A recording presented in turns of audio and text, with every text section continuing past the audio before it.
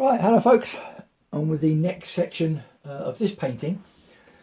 Now you might remember in the last one I had planned to go with the yellow ochre, but wasn't sure if it was dark enough.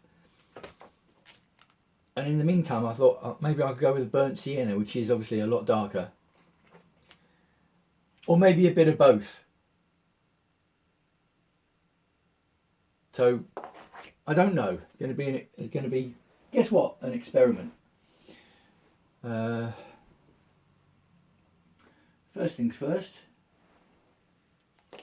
I need to whack some white down.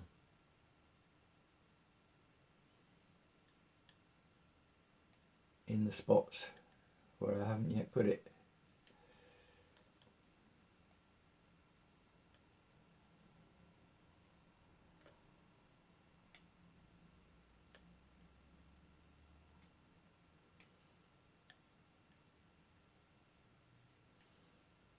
Like that.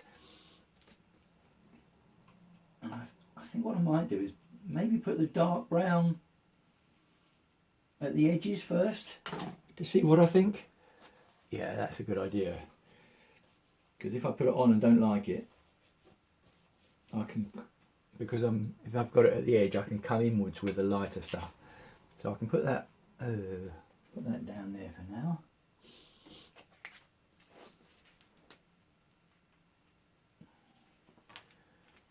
Go with some burnt sienna. Too much.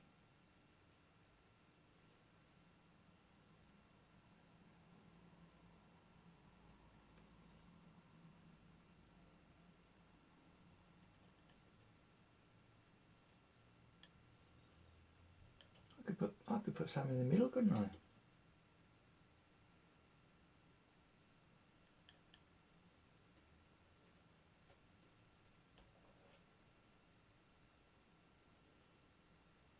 Put some in the middle.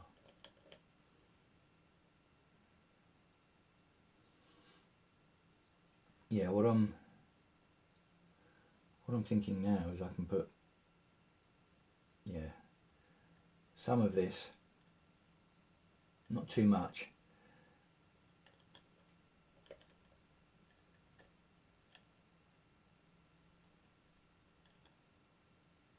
I need some of that white back now.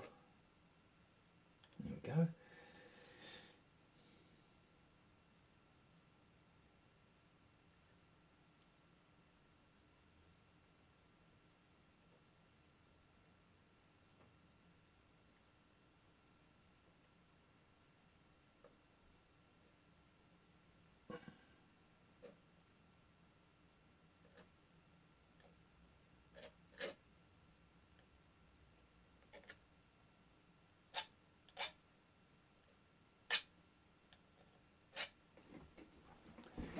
Forgotten why I normally stand up for that bit, that was crooked.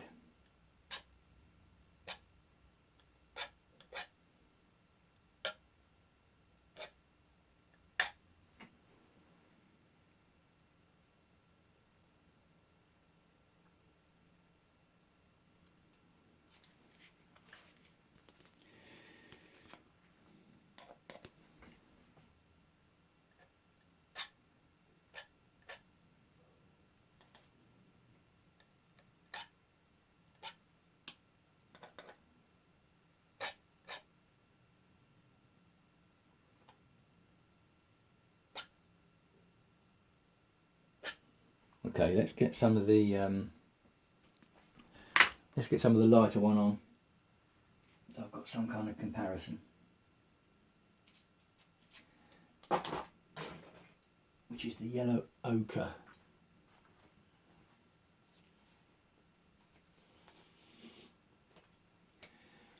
Ding, ding, ding.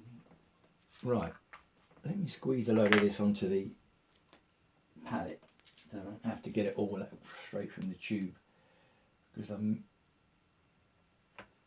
really want to get it too mixed up with the white and brown unless by choice.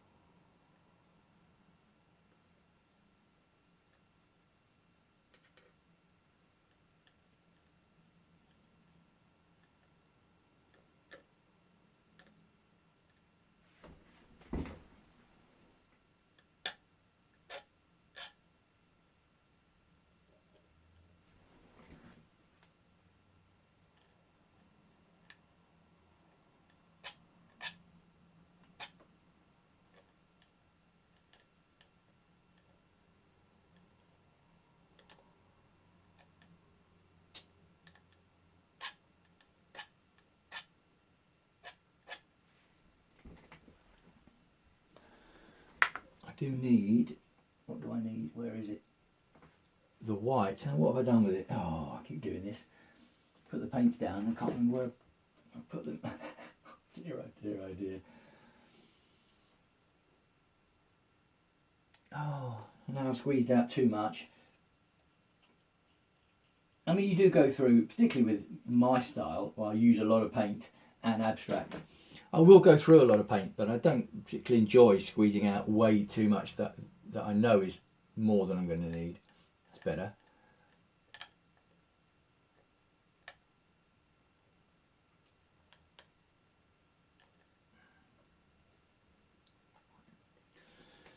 Okay, what do I want? I want some brown in there.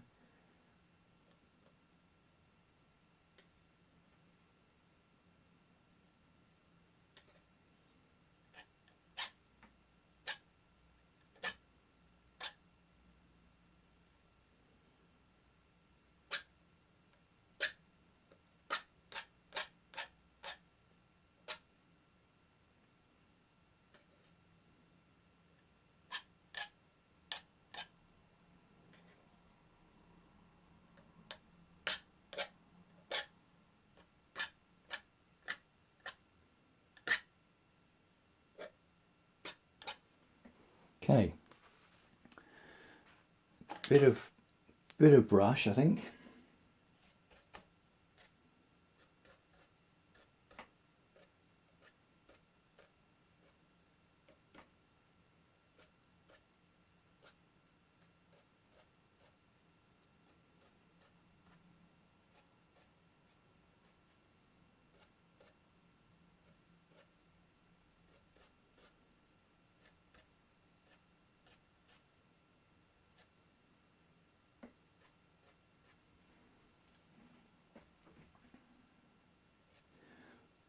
Yeah, I think that does need a bit more brown. What do you think, folks?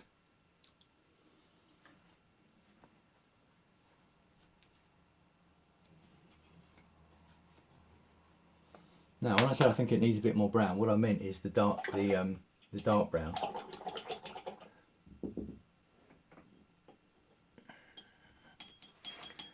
Brush a quick clean.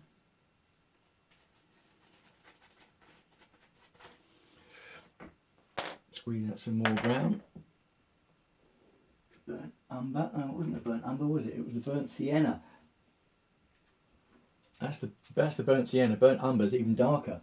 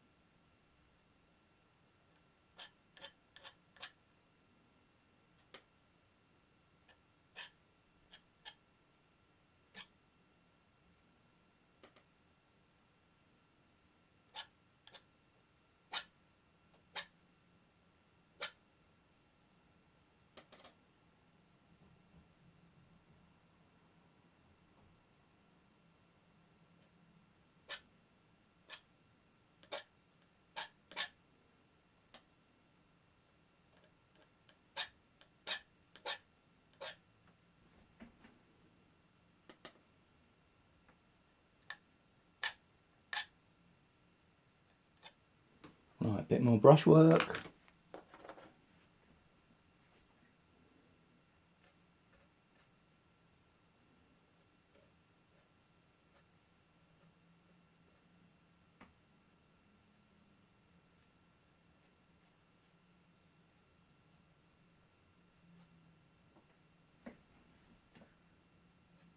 Oi! I think that might have been intended to be the last brush stroke, and I went in that direction. And look, I've got one down here that's going like down there. That's all right. What do we think? It's sort of 70s, isn't it? It's not really, well, no, probably. If you looked at that and thought, is that a 70s look? Not really. Vaguely. Doesn't actually matter. It's just sort of interesting. Now I spotted a little gap there without much white, so I'm going to attend to that.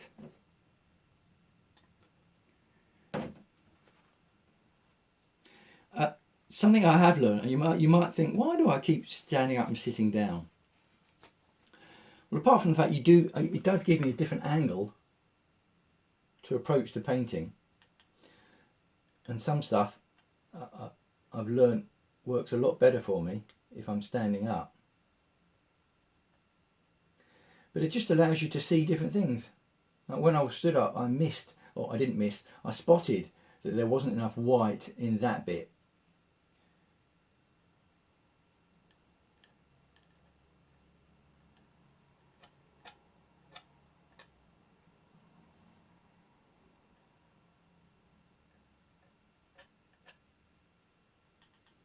I could have some white flashes going up and down, couldn't I? Although that isn't great for the bubbles,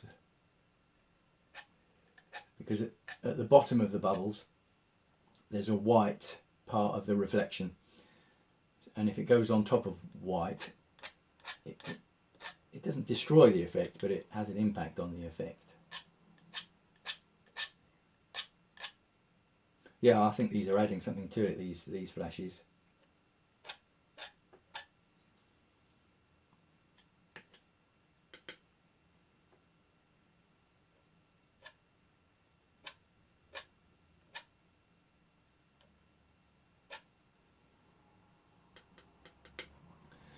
The one thing about putting different colours or different shades of brown on is you can end up looking looking fiery, flamey. Which is not necessarily what I'm after with this, because this is sort of part of the series of my other bubble ones. And that was the last one I did, so it's just the style. It's not about flames particularly, so I don't want to get that look. Now, here, have I got enough green in this section?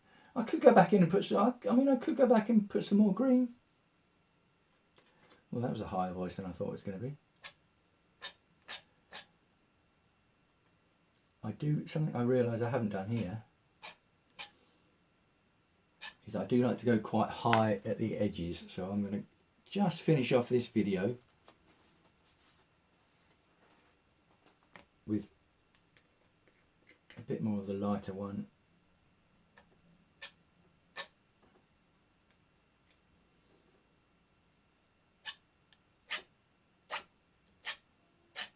That's going to need a brush, I think.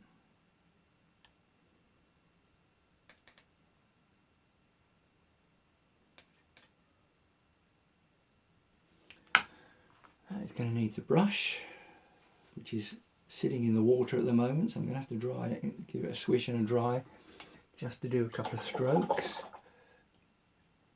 I've said it many times and I'm saying it again, it's one of the reasons I like using acrylics. I find it easier logistically.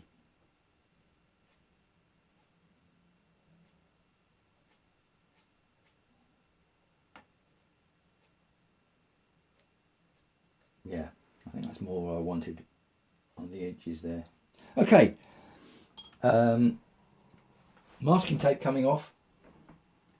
I've got to be even more careful than normal because I've got a lot more paint on the masking tape. Sometimes it's good, instead of mucking about with the palette, you can just use the masking tape to put paint on serving as a palette. Works just as well.